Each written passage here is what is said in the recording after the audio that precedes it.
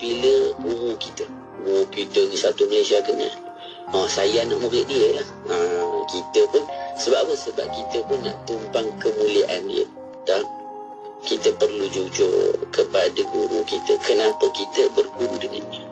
Saya berguru dengan Tuan Guru supaya Tuan Guru dapat bawa saya kepada Allah, supaya Tuan Guru dapat buang segala sifat-sifat buruk dalam diri saya.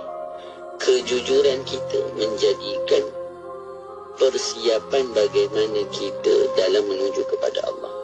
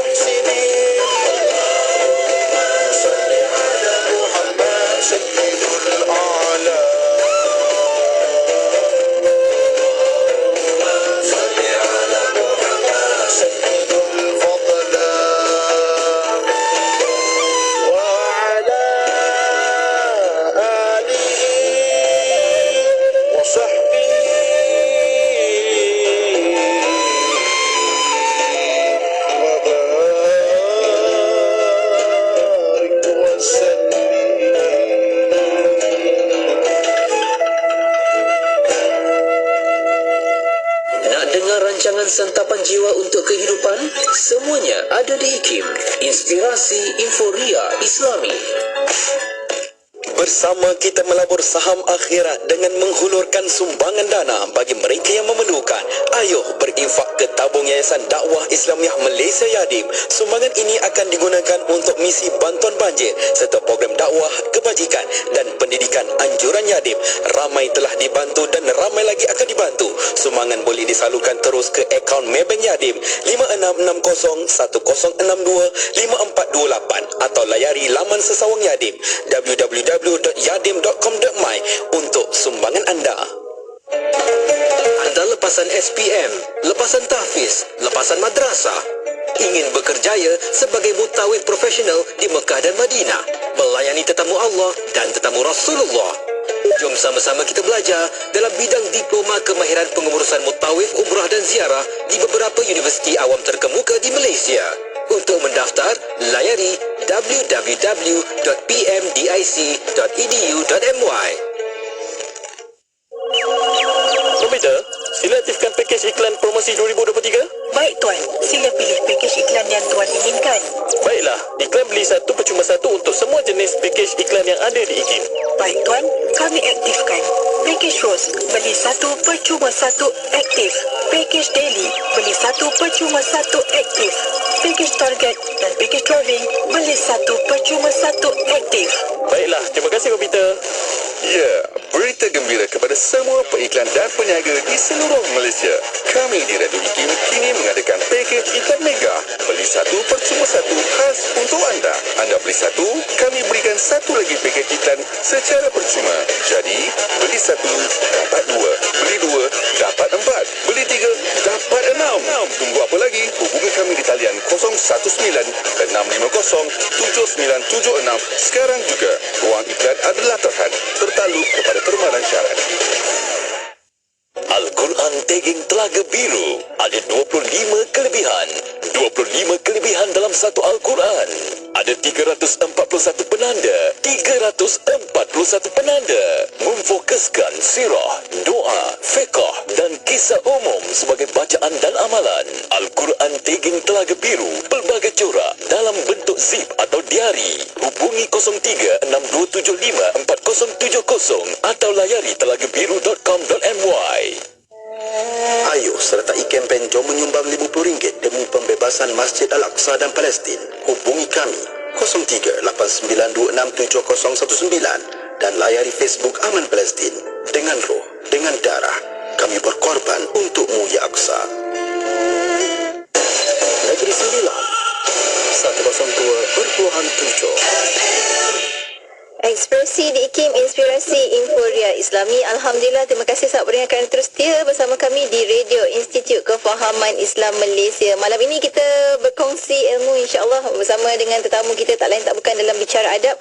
Kita ada yang bahagia Al-Fadhil Ustaz Ahmad Salahuddin Harun di hujung talian. Assalamualaikum Ustaz.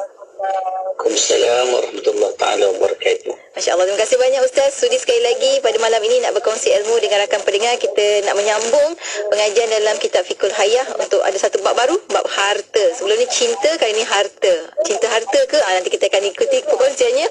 Jadinya Ustaz, sebelum tu kita mulakan Ustaz perkongsian kita dengan doa majlis taklim. Silakan Ustaz. Astaghfirullahalazim, astaghfirullahalazim, astaghfirullahalazim, alladzi la ilaha illa huwal hayyul qayyum wa atubu ilaih, la ilaha illallah wahdahu la syarika lah, lahul mulku wa lahul hamdu yuhyi wa yumiit wa huwa ala kulli syai'in qadir wa la hawla wa la quwwata illa billahil aliyyil azim. Assalamualaikum warahmatullahi taala wabarakatuh.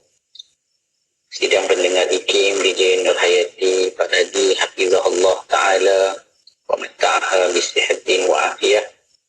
InsyaAllah kita mulakan pengajian kita pada malam ini dengan membaca doa majlis ta'lim dengan niat agar Allah Subhanahu wa Ta'ala merahmati majlis kita pada malam ini. Allah Subhanahu wa Ta'ala kurniakan kepada kita kefahaman yang benar, dan kita mohon kepada Allah Subhanahu wa Ta'ala agar Allah Subhanahu wa Ta'ala mengembalikan apa yang kita pelajari ini pada waktu kita memerlukannya. Allahumma amin ya rabbal alamin. A'udzu billahi minasyaitonir rajim. Bismillahirrahmanirrahim. اللهم إنا نقدم إليك بين أيدينا كل نفس ولمحة ولحظة وخطرة وطرفة يطيف بها أهل السماوات وأهل الأرض وكل شيء هو كائن في علم أو قد كان نقدم إليك بين أيدينا ذلك كله. اللهم ربنا آتنا من لدنك رحمة وعلمنا من لدنك علما سبحانك لا علم لنا إلا ما علمتنا إنك أنت العليم الحكيم. بسم الله الرحمن الرحيم. نوينا التعلم والتعليم والتذكر والتذكير والنفع والانتفاع والإفادة والاستفادة والحث على التمسك بكتاب الله العزيز وسنة رسوله والدعاء إلى الهدى والدلالة على الخير ابتغاء وجه الله تعالى ورضائه وقربه وثوابه سبحانه. اللهم ألهمنا علما نفقه به أوامرك ونواهيك وارزقنا فهما نعرف به كيف نناجيك يا أرحم الراحمين. اللهم إنا نسألك فهم النبيين وحفظ المرسلين وإلهام الملائكة المقربين. اللهم أغننا بالعلم وزينا بالحلم وأكرمنا بالتقوى وجملنا بالعافية يا أرحم الراحمين. اللهم إنا نستودعك ما قرأناه أو نقرأه في هذا المجلس وما قبله وما بعده فاحفظه علينا حتى ترده إلينا وقت احتياجنا إليه. وصلى الله على سيدنا محمد وعلى آله وصحبه وسلم. اللهم يا من مقالب الأمور كلها بيده وإليه يرجع الأمر كله يا فتاح يا عليم افتح علينا فتحا قريبا. وصلى الله على سيدنا محمد وعلى آله وصحبه وسلم. بسم الله الرحمن الرحيم. رب اشرح لي صدري ويسر لي أمري واحلل عقدة من لساني يفقه قولي وسدد ألسنتنا واهد قلوبنا وافعل كذلك بأحبابنا أبدا وارزقنا كمال فتوح العارفين واللقاء الدارين مع كمال الإخلاص والصدق واليقين والعافية والغنى والنصر والحفظ والنفع والانتفاع وخيرات الدارين وعلوم الأولين والآخرين. وصلى الله على سيدنا محمد وعلى آله وصحبه وسلم والحمد لله رب العالمين. الحمد لله والصلاة والسلام على سيدنا رسول الله وعلى آله وصحبه ومن والاه أما بعد. Alhamdulillah, puji dan syukur kita panjatkan kehadrat Allah Subhanahu wa taala dengan izin dan inayah daripada Allah Subhanahu wa taala. Pada malam ini Allah Subhanahu wa taala kurniakan kesempatan, Allah kurniakan kelapangan, Allah kurniakan keafiatan kepada kita untuk kita sama-sama lagi menyambung pengajian kita di dalam kitab Fiqhul Hayah berkaitan dengan perkara-perkara yang dapat kita fahami dalam kehidupan seharian yang kita lewati. Sememangnya dalam kehidupan seharian kita banyak yang kita boleh pelajari dan banyak hikmah yang kita boleh dapati. Pelajaran untuk kita ataupun pelajaran untuk orang lain. Hikmah buat diri kita ataupun hikmah buat orang lain. Tetapi kita perlu melihat bukan dari kacamata yang zahir semata-mata, tetapi perlu melihat dengan mata hati. Allahumma salli ala sayyidina Muhammadin wa ala alihi wa sahbihi wa barik wa sallim. Sebagaimana yang disebutkan pada malam ini, kita sambung lagi perbahasan kita dalam satu tajuk yang baru. Kalau pada minggu yang lalu serta 2 minggu yang lalu kita bicarakan berkaitan dengan cinta, berkaitan dengan mahabbah, berkaitan dengan mahabbah yang mana cinta itu bukan hanya di bibir, tetapi ia perlulah ada di dalam hati. Bahkan cinta itu semuanya hakikatnya tidak hakiki, tetapi cinta yang hakiki hanya satu, cinta kepada Allah dan Rasulullah sallallahu alaihi wasallam. Pada pertemuan malam ini kita akan bicarakan satu lagi tajuk berkaitan dengan kehidupan kita. Itulah dia yang disebutkan oleh penulis hafizahullah ta'ala dengan tajuk harta. Siapa yang tak suka harta? Semua orang suka harta. Namun, apa yang boleh kita fahami dengan harta ini? Kalau kita ingat dalam pertemuan awal, kita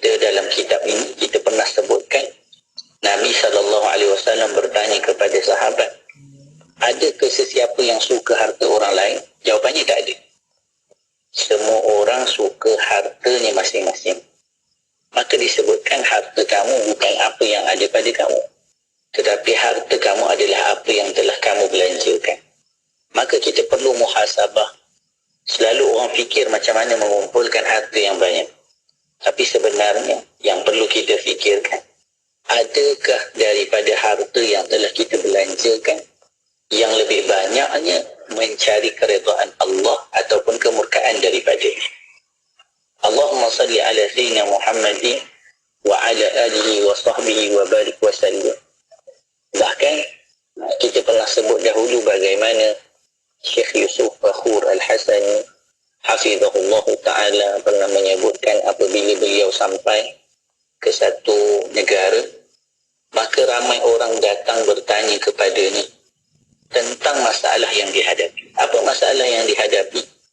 Pertengkaran dengan ahli keluarga setelah kewafatan ataupun meninggalnya ibu dan ayah.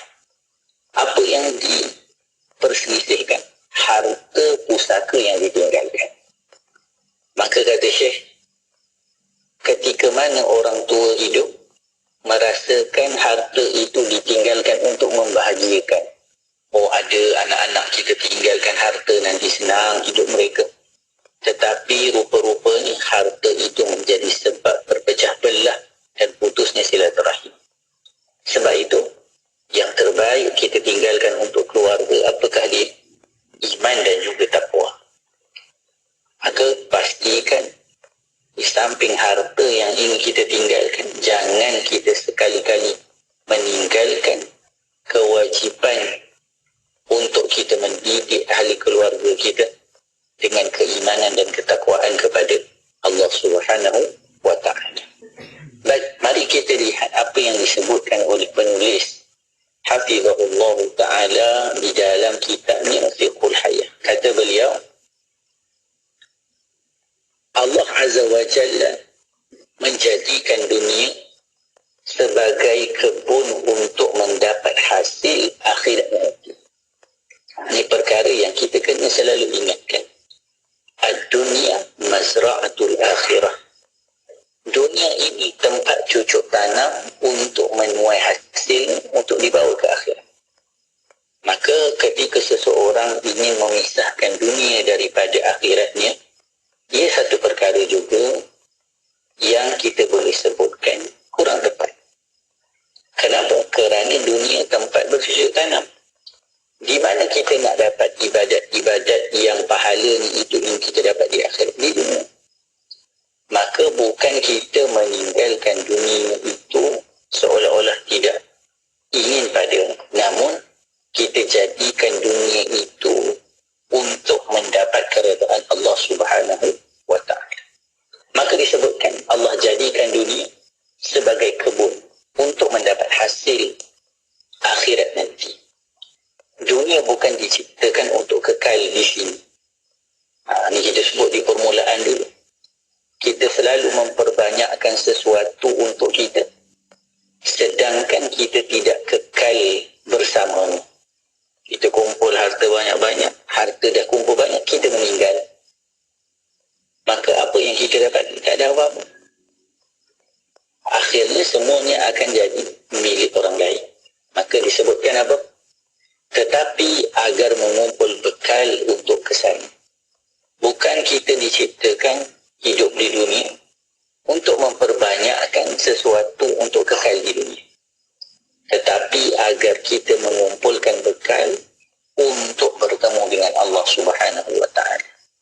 Inilah yang disebut oleh Al-Imam Al-Haddad dalam hikamnya tentang ajaibnya beliau dalam perkataannya kepada manusia. Kata beliau, ajaibnya manusia untuk menempuh sesuatu yang belum pasti, telah disiapkan semuanya. Apa dia? Kita belum tentu hidup banyak lama mana, anak-anak kita belum tentu membesar bagaimana, tapi sudah kita siapkan rumahnya, sudah kita siapkan keretanya, sudah kita siapkan semuanya. Untuk sesuatu yang belum pasti kita tempuh. Tetapi untuk sesuatu yang pasti akan kita bertemu dengannya, sudah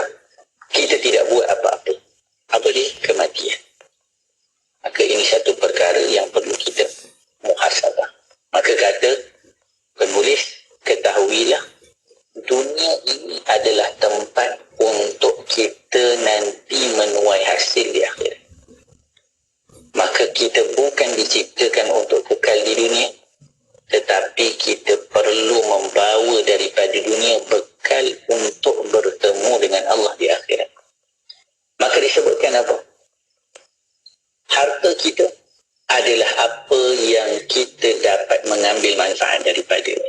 Sekarang dibawa kepada kita untuk faham bahawasanya harta kita apa dia? Apa yang kita mendapat manfaat daripada. Harta tidak diciptakan untuk ditimbunkan. Bukan nak kita banyakkan kumpul, berlumba siapa lagi banyak aset, siapa lagi banyak duit, siapa lagi banyak harta, bukan. Harta itu diciptakan agar kita menunaikan kehambaan kita kepada Allah. Gunakan apa yang Allah berikan untuk mentaati Allah. Kerana itulah tanda hamba yang bersyukur. Oh, saya dapat banyak sangat harta ni. Apa saya nak buat? Gunakan ke jalan yang diredai Allah. Manfaatkan untuk bantu orang. Manfaatkan untuk bersedekah. Manfaatkan untuk menambah taat kepada Allah Subhanahu wa taala dan sebagainya. Maka disebutkan apa? Harta itu diciptakan agar kita menunaikan kehambaan kita kepada Allah Azza wa Jalla. Kita sering tertipu dengan konsep harta. Ramai orang merasakan kerana usahanya, kerana susah payahnya, maka dia layak mendapat harta. Sehingga dia lupa sebenarnya harta itu dari pemberian Allah yang dipinjamkan untuk dirinya. Maka kalau kita tahu ni bukan kita punya, kita diberi sedikit daripada ni, apa yang akan kita gunakan? Kita gunakan untuk apa yang diredai oleh pemberinya kepada kita. Bukan untuk ikut suka kita. Maka disebutkan lagi, sehingga Nabi Muhammad sallallahu alaihi wasallam pernah berkata ataupun pernah mengingatkan bahawa manusia itu akan sibuk berkata, ini hartaku, ini hartaku. Kita dilupakan daripada mengingati harta itu daripada Allah. Maka menjadilah kita orang-orang yang kecewa apabila kehilangan harta. Orang-orang yang rasa sedih bila mana ketiadaan. Sedangkan hartanya sekadar apa yang dia telah makan, lalu dicernakan. Apa yang dia telah pakai yang semakin busuk. Dan apa yang dia belanjakan, apa yang dia simpan, jika belum dia manfaatkan, boleh jadi akan jadi milik orang lain. Maka penulis bagi tahu, kita kena ingat harta kita adalah apa yang kita telah gunakan, apa yang kita telah infakkan, apa yang telah kita manfaatkan. Adapun apa yang bukan kita gunakan tapi berada di genggaman kita, belum tentu milik kita. Maka perlu kita ingat baik-baik supaya kita gunakan harta ini ke jalan yang Allah redai. Bahkan kita perlu ingat bahawa yang perlu kita perbanyakkan adalah bekalan untuk bertemu dengan Allah Subhanahu wa taala. Kerana itu baginda Nabi sallallahu alaihi wasallam menyebutkan, kun fid dunya, jadilah kamu di dunia ka'annaka gharibun, seolah-olah kamu orang asing ataupun orang yang lalu lalang. Apa sifat orang asing? Kalau kita tahu orang asing kan, orang asing dia duduk satu rumah 10 orang, tak beli kereta, makan pun kadang-kadang kita tengok nasi dengan air, ada dalam video kan kita tengok. Adakah mereka sampai tak ada duit macam tu untuk makan? Tidak. Tapi mereka jimat. Mereka tak bersenang-senang. Mereka tak masuk mall macam kita sehari 3 kali masuk mall. Mereka tak bersenang-senang. Sebab apa? Sebab mereka tahu mereka tidak duduk di sini. Maksudnya apa? Mereka tak kekal duduk di tanah air di Malaysia kita. Cukup masa mereka akan balik duduk dengan keluarga mereka. Jadi apa mereka buat? Mereka duduk ala kadar di sini, susah payah. Duitnya mereka simpan bagi pada keluarga, anak isteri, buat rumah besar di kampung.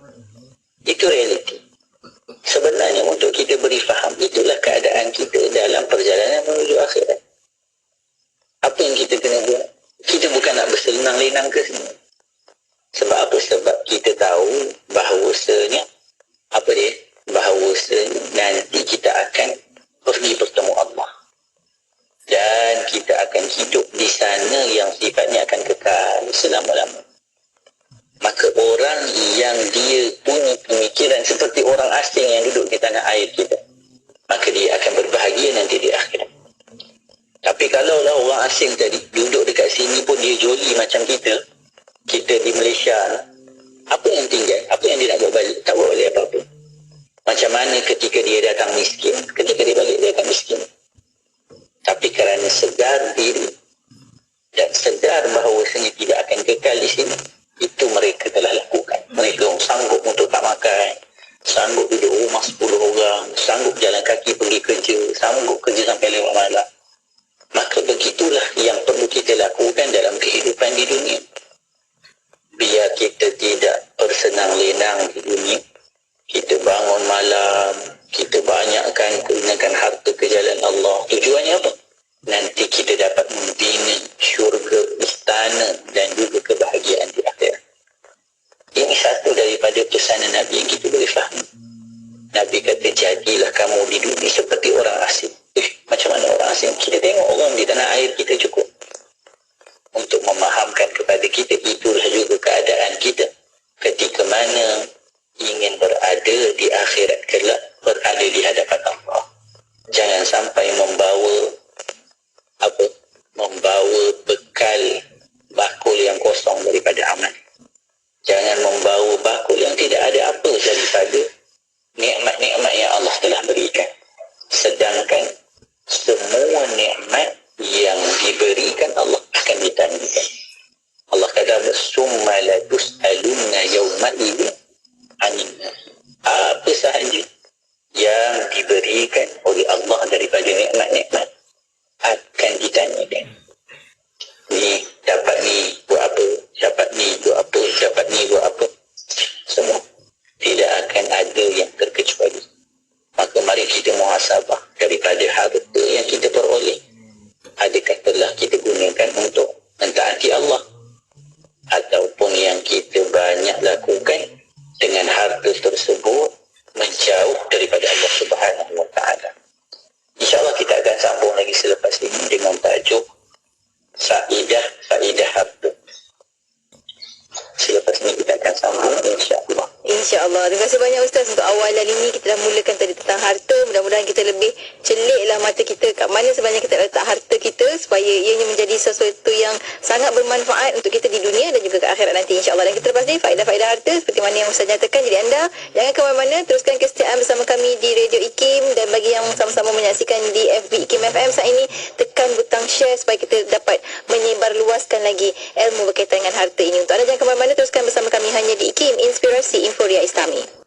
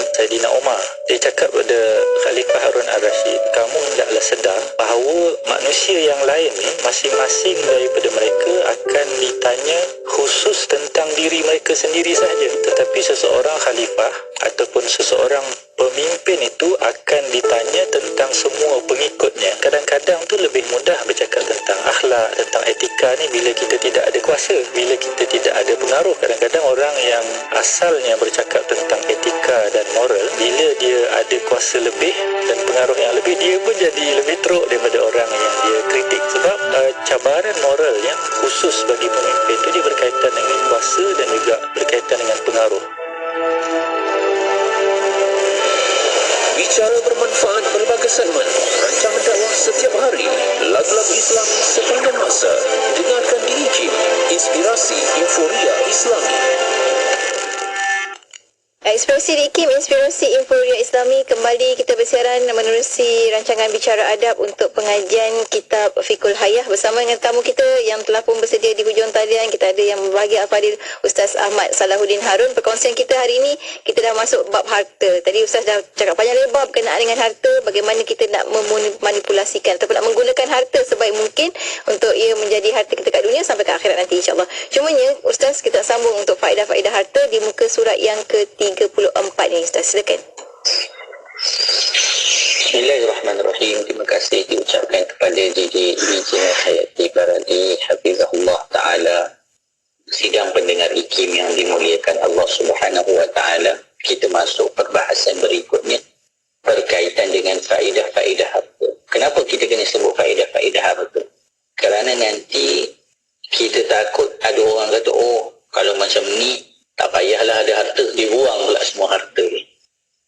Bukan bermakna kita buang harta kita bila mana kita tahu ya kita tidak memerlukan harta di dunia. Tapi yang sebenarnya kita perlu menggunakan harta kita pada jalan yang benar, jalan yang Allah ridhai. Maka kita kena tahu apa faedah bila kita mendapat harta. Bahkan harta ini pemberian daripada Allah, nikmat daripada Allah Subhanahu Wa Ta'ala. Maka kalau boleh saya kongsikan sedikit. Tadi kita sebut berkaitan dengan apa? Kita sebut berkaitan dengan harta ini pemberian daripada Allah. Maka hari ini orang nak sebut ni harta saya, ni harta saya. Kalau kita boleh kongsikan satu, Allahumma salli ala sayyidina Muhammadin wa ala alihi wa sahbihi wa barik wa sallim.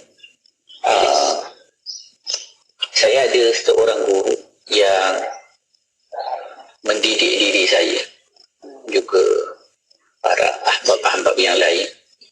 Masa saya nak mula kerja dahulu, saya minta izin beliau untuk kerja. Bahkan kalau nak pergi mengaji mana-mana pun dulu minta izin. Jadi kita tak pernah kerja, balik daripada belajar tu tak pernah kerja. Maksudnya apa? Tak pernah ada duit lah. Tak pernah ada duit.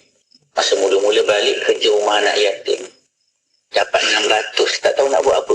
Banyaknya 600. Rumah anak yatim bagi kan. Sekarang suruh bagi 600. Hari ni bagi, hari ni habis. Kan? Jadi pada permulaan pekerjaan tu, kali pertama saya dapat gaji ataupun allowance lah, dia sebut masa tu 2,000 ringgit.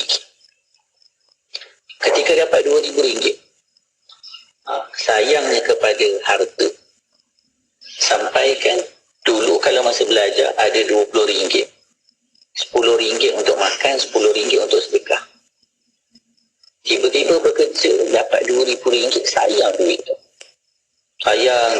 Tabung masjid lalu pun tengok senyum je lah. Senyum, lalu senyum lagi. Rasa sayang sangat harta tu, 2,000 ringgit. Tak pernah dapat 2,000 ringgit. Berkira-kira untuk keluarga. Maka sampai satu ketika syekh saya datang. Kemudian syekh saya panggil saya. Dan kemudian dia minta kepada saya pun datang. Saya ingat lagi beliau minta kepada saya belikan telefon masa tu.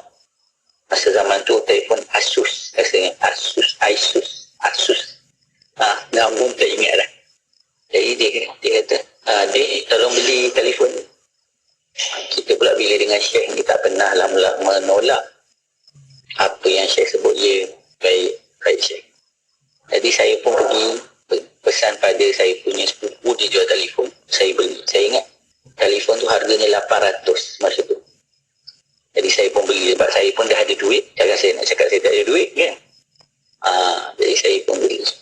Petang tu saya datang, saya bagi pada Syekh. Kemudian saya kata, Syekh ni telefon. Oh, saya kata, awalnya datang, saya tak tahu pula awak nak datang sekarang.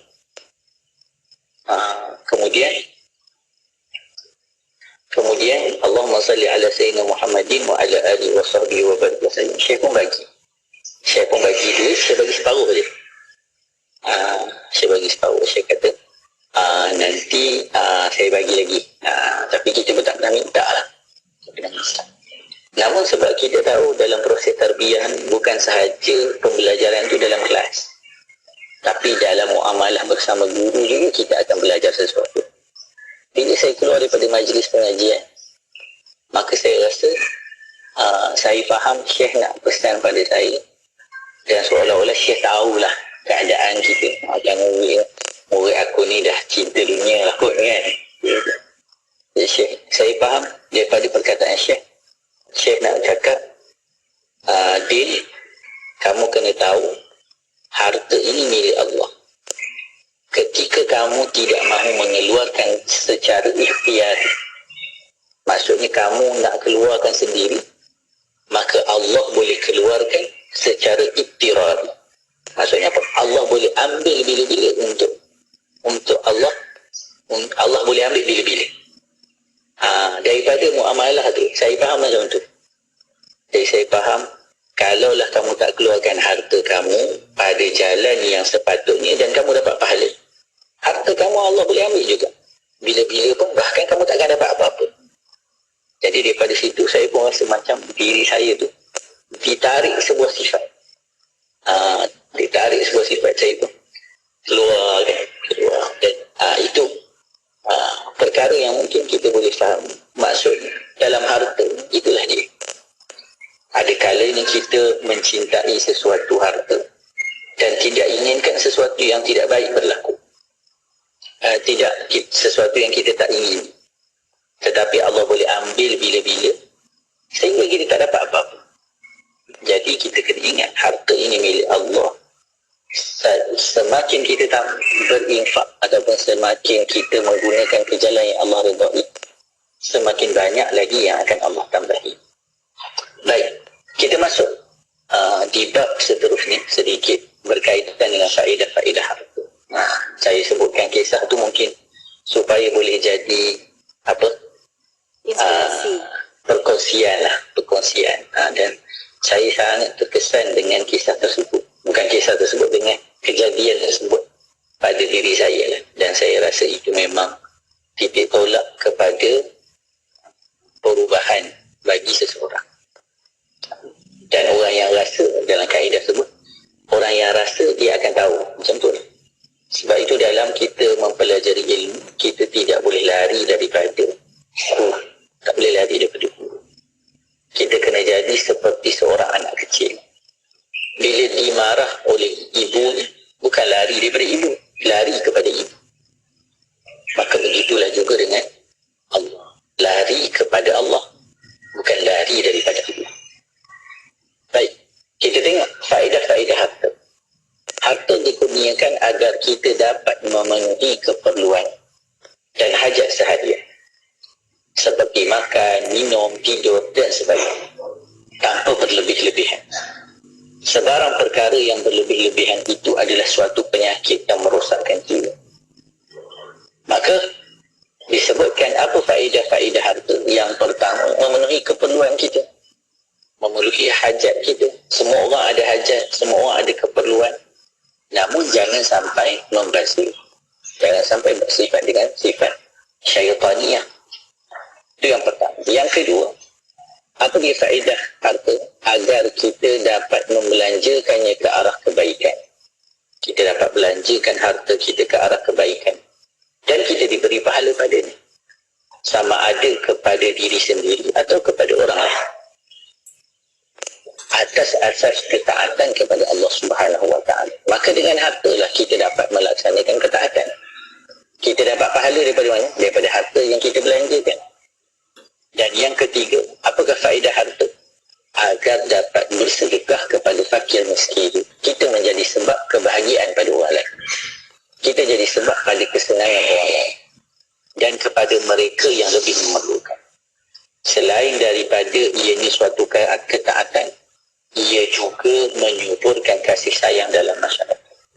Ketika kita memahami harta-harta ini punya faedah, seperti mana yang kita sebutkan tadi, kita dapat gunakan untuk keperluan kita, kita dapat belanjakan ke arah kebaikan, kita boleh bantu orang lain, maka kita akan rasa faedah-faedah harta itu ada padanya kebaikan. Bahkan kalaulah kita niatkan mencari harta dengan niat-niat yang tadi, kita diberi pahala dengan pekerjaan yang kita lakukan. Tapi kalau kita niatkan untuk mendapat keduniaan, maka dunialah yang akan kita dapati. Maka disebutkan di dalam Al-Quran, Allah Subhanahu Wa Taala menyebutkan, wa ma tunfiqu min khairin fali anfusikum. Wa ma tunfiqu min khairin fali anfusikum. Apa yang kamu infakkan daripada kebaikan, maka adalah untuk diri kamu. Kita akan dapat nanti kebaikannya di dunia dan di akhirat. Seterusnya insya-Allah nanti kita akan sambung lagi perbahasan kita dengan tajuk membelanjakan harta adalah jalan penyucian jiwa. Ini satu kaedah. Kaedah yang diberikan oleh penulis adalah apabila seseorang itu dia membelanjakan hartanya ke jalan kebaikan, maka dia perlu ketahui itulah jalannya untuk membersihkan hati. Maksudnya apa? Keluarkan harta adalah tujuannya untuk membersihkan hati. Maka untuk antaranya apa yang kita kena lakukan? Keluarkan zakat. Zakat itu untuk apa? Untuk mensucikan hati, membersihkan hati. InsyaAllah kita akan bertemu lagi pada pertemuan akan datang. Wallahu a'lam. Masya Allah, terima kasih banyak Ustaz. Ini baru kita tahu rahsia. Maknanya dengan harta, kita masih boleh menjadikan harta itu sebahagian daripada ibadah kita. Terima kasih banyak Ustaz untuk perkongsian. Minggu depan kita akan sambung untuk membelanjakan harta adalah jalan penyucian jiwa. Untuk anda rakan pendengar, ikuti perkongsian minggu depan. Terima kasih banyak Ustaz untuk kali ini. Assalamualaikum Ustaz. Assalamualaikum warahmatullahi wabarakatuh. Dan untuk anda rakan pendengar, teruskan kesetiaan bersama kami. Tentunya hanya di IKIM, Inspirasi Inforia Islami. وأجمل منك لم ترى قط عين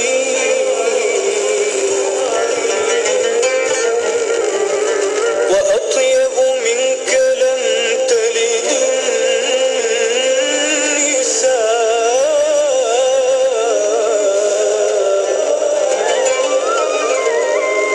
خلقت مبرأ من كل عيب